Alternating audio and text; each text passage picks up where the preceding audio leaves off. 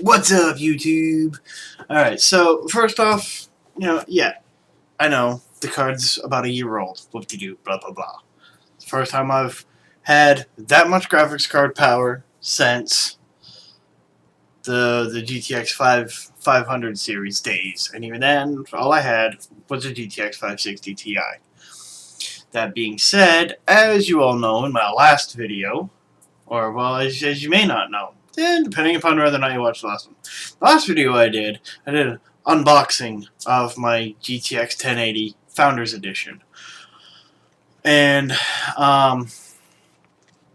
for those of you that don't know, what the reason for the quotes, go watch the video. It's gonna be right here. Go click this link right here.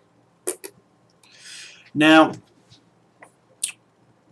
I know, like I said, I know it's been out for a year, but again, as I also said, it's the most graphics power I've had for like 5 generations of graphics cards. So I decided to go ahead and, just on the off chance that you guys maybe you're somebody who's looking to find, maybe invest in a GTX 1080 now that they're under $600, which I would definitely recommend. Definitely a lot of power for the price. It's I am loving my graphics card. I'm loving the GTX 1080, and I cannot wait until I actually manage to get my hands on a water block for it, and I'm going to push the thing as hard as it will go and see what kind of results I get then.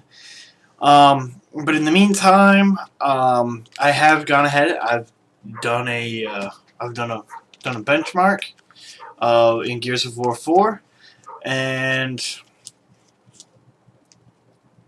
I'm gonna go ahead. I'm gonna roll that video right here, right now, and I'll add some comments on afterwards.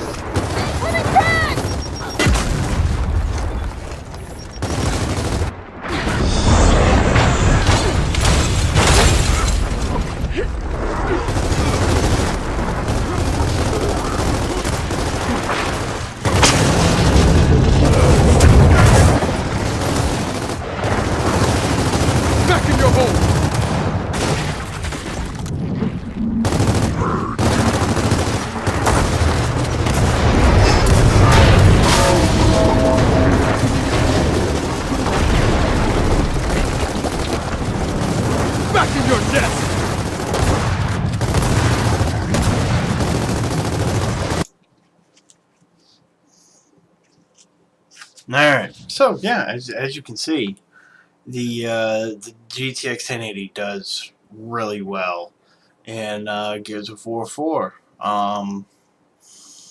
Obviously, if you was actually watching the little FPS counter up in the top right corner, whichever corner it was, whichever corner it was going to look like, because I'm using a webcam that's facing me. I can't really tell which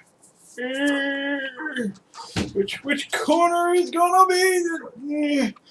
Anyways, but yeah, if you were actually watching the little frames per second counter up over in like this corner over here, where my mouse is,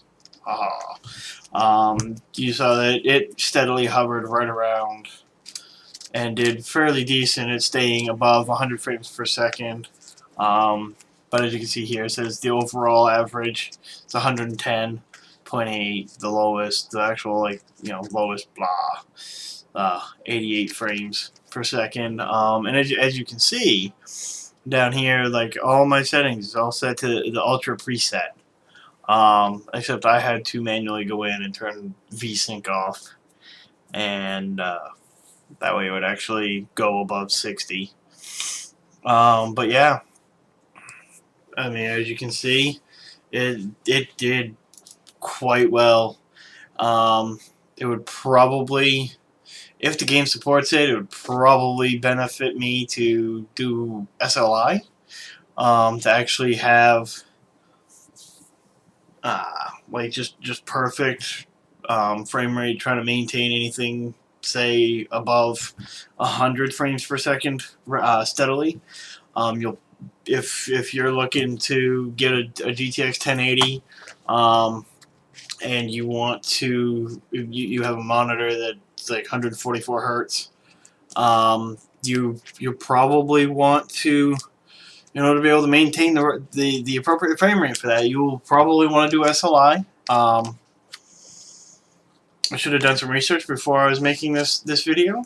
I do not know if Gears of War 4 supports SLI, or Crossfire if you're doing AMD. But I do know that last I knew, Gears of War Ultimate Edition for Windows 10 did not support Crossfire. And so yeah, but that's that benchmark done. You can see the GTX 1080 does really well for under 600 bucks. You can go pick them up, the Founders Edition, for like 550. In the state of Maine, came to 580 with sales tax.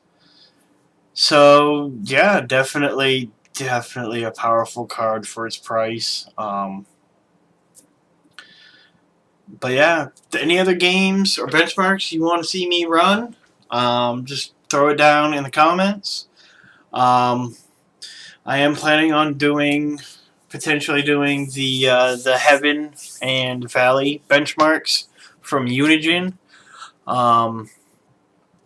I also plan, once it's actually out and I can download it, I plan on doing their new one, Unigine's new benchmark, Superposition, which is their new DX12 benchmark. And when I go to do that, I'll definitely be making a video about it. Like I said, right now my graphics card, when doing this benchmark, graphics card was at stock settings. I didn't overclock it or nothing. I might have bumped the fan speed up just because, them blower style coolers kind of suck.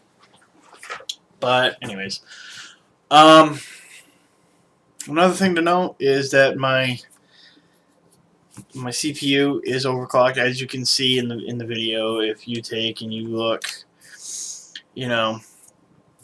if you actually take a look at the screen, you can see that my CPU is an Intel Core i7 5820K. However, one thing, whoops, I'm still figuring out my hotkeys. One thing that bugs me though, and I don't know if it's something I'm doing wrong or if it's just the way things work nowadays with Intel.